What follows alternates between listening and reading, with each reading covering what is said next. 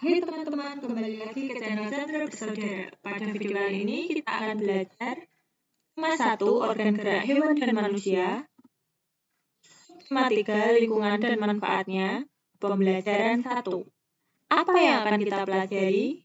Ya, hari ini kita akan belajar mengenai ide pokok dan organ gerak manusia. Sebelumnya, jangan lupa subscribe ya supaya tidak ketinggalan video selanjutnya.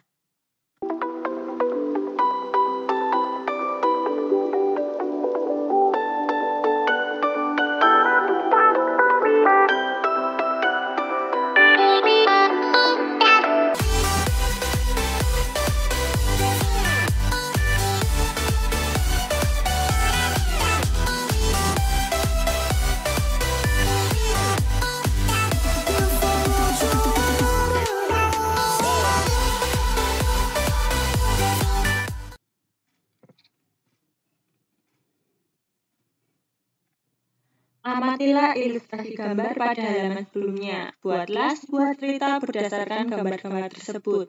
Namun, sebelumnya kamu harus menentukan ide pokok tiap-tiap paragrafnya terlebih dahulu. Ya, ide pokok. Paragraf pertama, pembuatan gerabah menggunakan tanah liat yang sudah halus dan lembut, bebas dari batu kecil dan benda lainnya.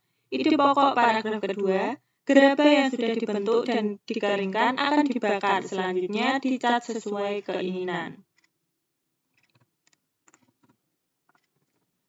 Cerita berdasarkan gambar. Langkah pertama, lumatkan tanah liat terlebih lagi sampai halus atau tidak ada batu kecil dan benda-benda lainnya. Selanjutnya, jika tanah liat sudah halus dan lembut, bentuklah seperti gerabah pada umumnya. Tahap berikutnya, jika proses pembuatan gerabah selesai, kemudian keringkan gerabah yang telah dibentuk atau membakarnya di tempat pembakaran.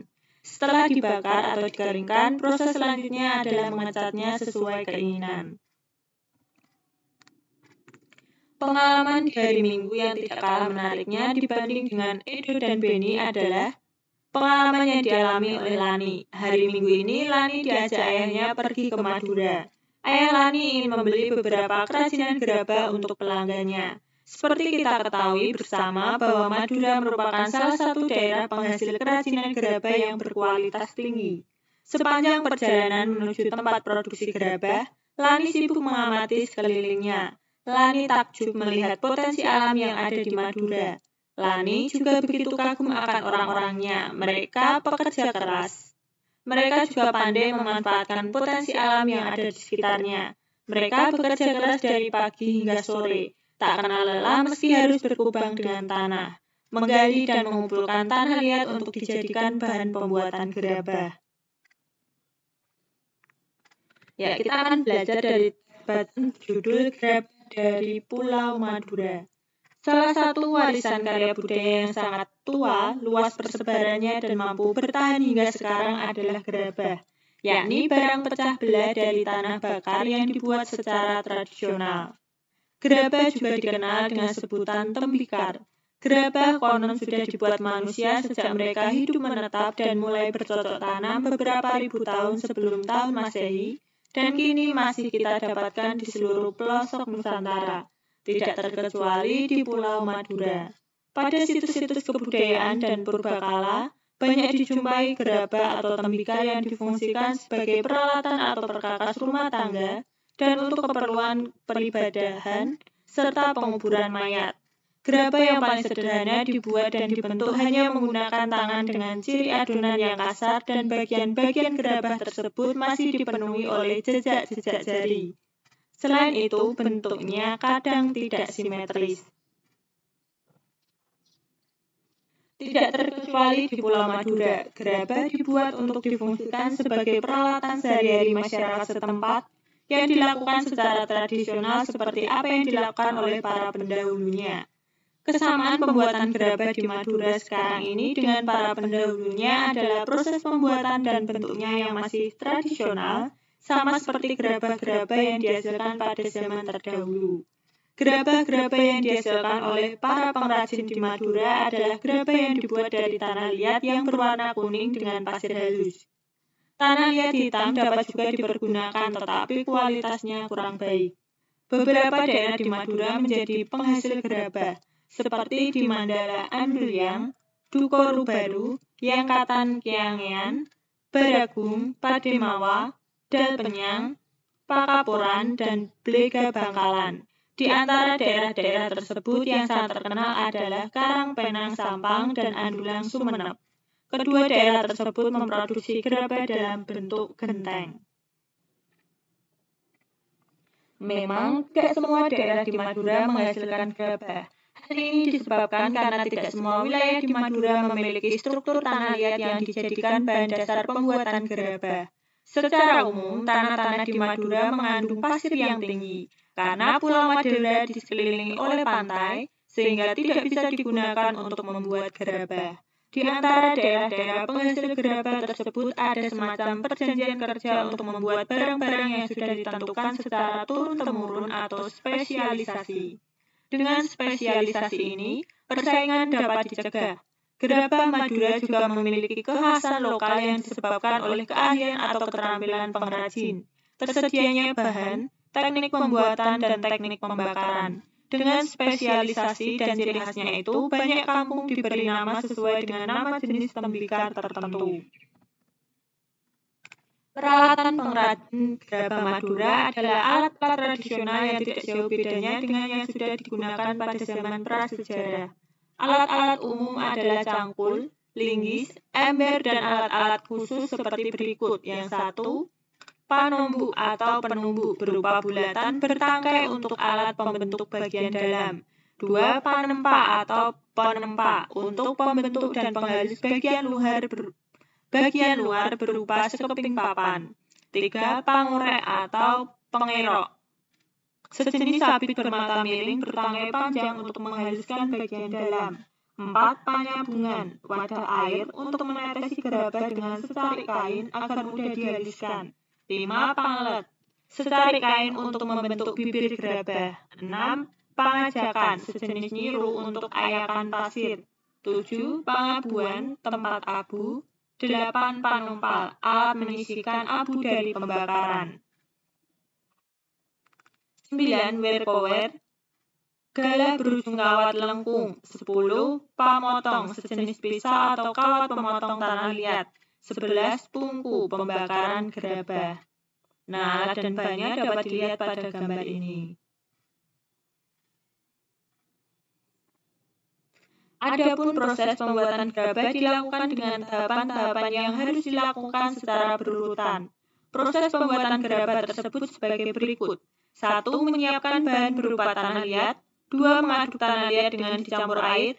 3. Setelah jadi adonan, diambil perbungkahan untuk dibuat bentuk kasar. 4. Dengan menggunakan kain panglet, bibir atau pinggiran bungkahan dibentuk sehingga bulat melingkar. 5. Bila yang dibuat sejenis periuk, maka ketika pinggiran atau bibir sudah jadi lalu diangin-anginkan.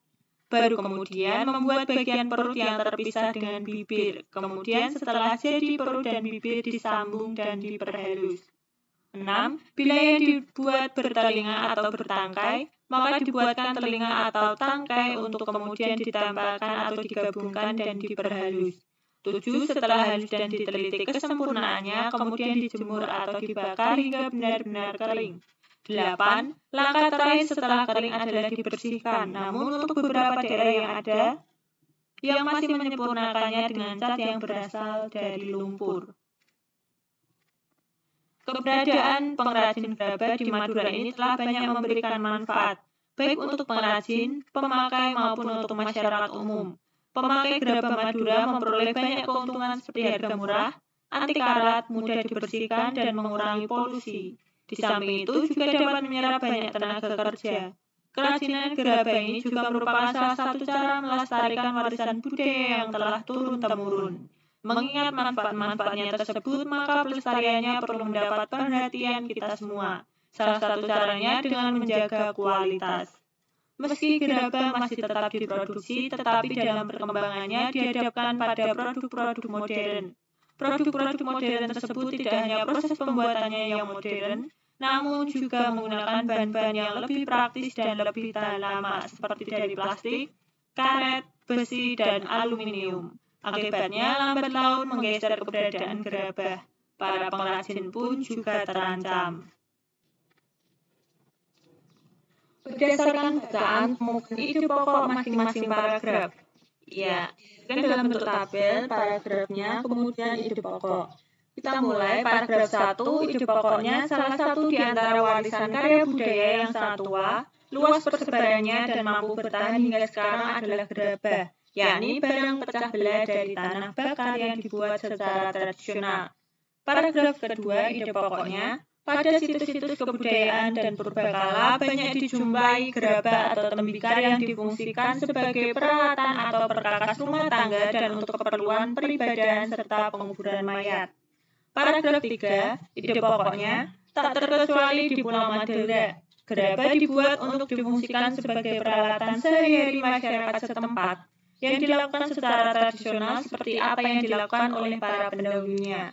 Paragraf keempat, ide pokoknya, gerabah-gerabah yang dihasilkan oleh para pengrajin di Madura adalah gerabah yang dibuat dari tanah liat yang berwarna kuning dengan pasir halus. Paragraf kelima, ide pokoknya, beberapa daerah di Madura menjadi penghasil gerabah seperti di Mandala Andulyang, Dukuh Baru, Yangkatan Kayan, Baragung, Pademawa, Dapenyang, Pakapuran, Belegu, Biangkalan, dan lain-lain. Paragraf ke-6, ide pokoknya, memang tidak semua daerah di Madura menghasilkan gerabah. Paragraf 7, di antara daerah-daerah penghasil gerabah tersebut ada semacam perjanjian kerja untuk membuat barang-barang yang sudah ditentukan secara turun-temurun atau spesialisasi. Paragraf ke-8, ide pokoknya, peralatan pengrajin gerabah Madura adalah alat-alat tradisional yang tak jauh bedanya dengan yang sudah digunakan pada zaman prasejarah.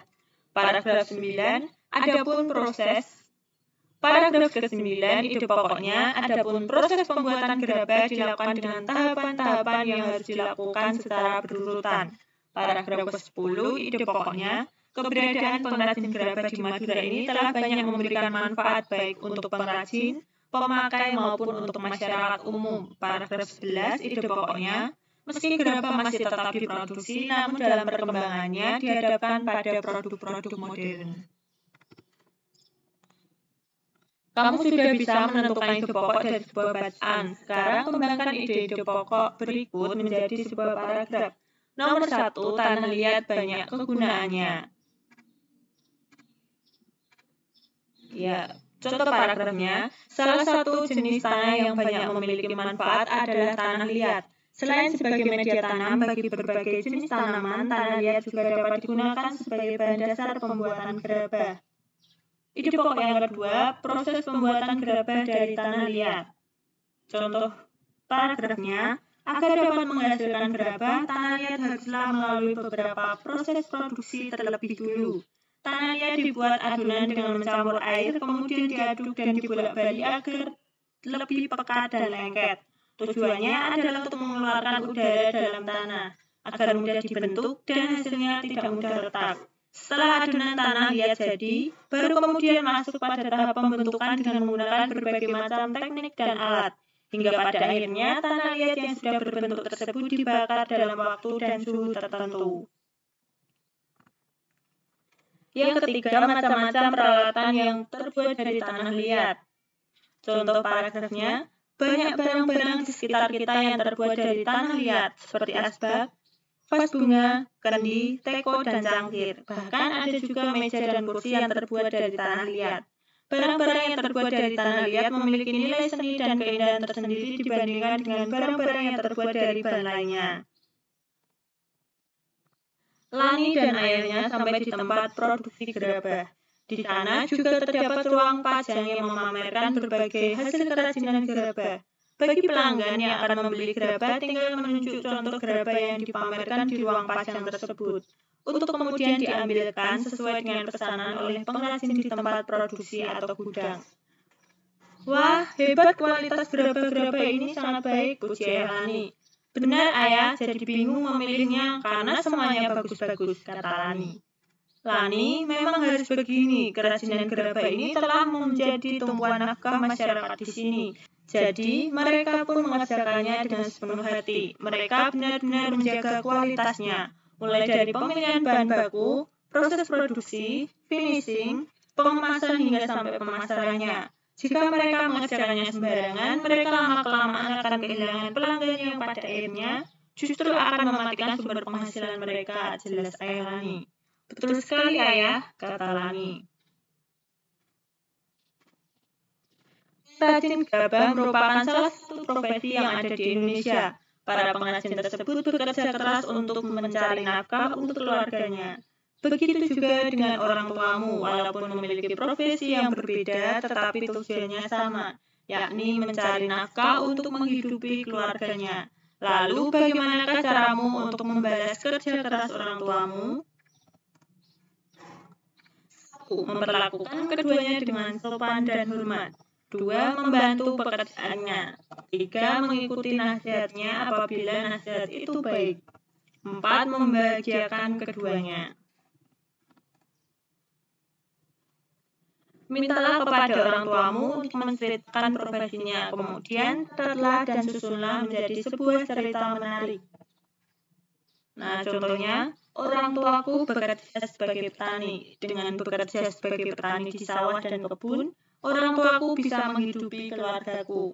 Aku sangat bersyukur karena orang tuaku bekerja dengan cara yang halal dan berkah.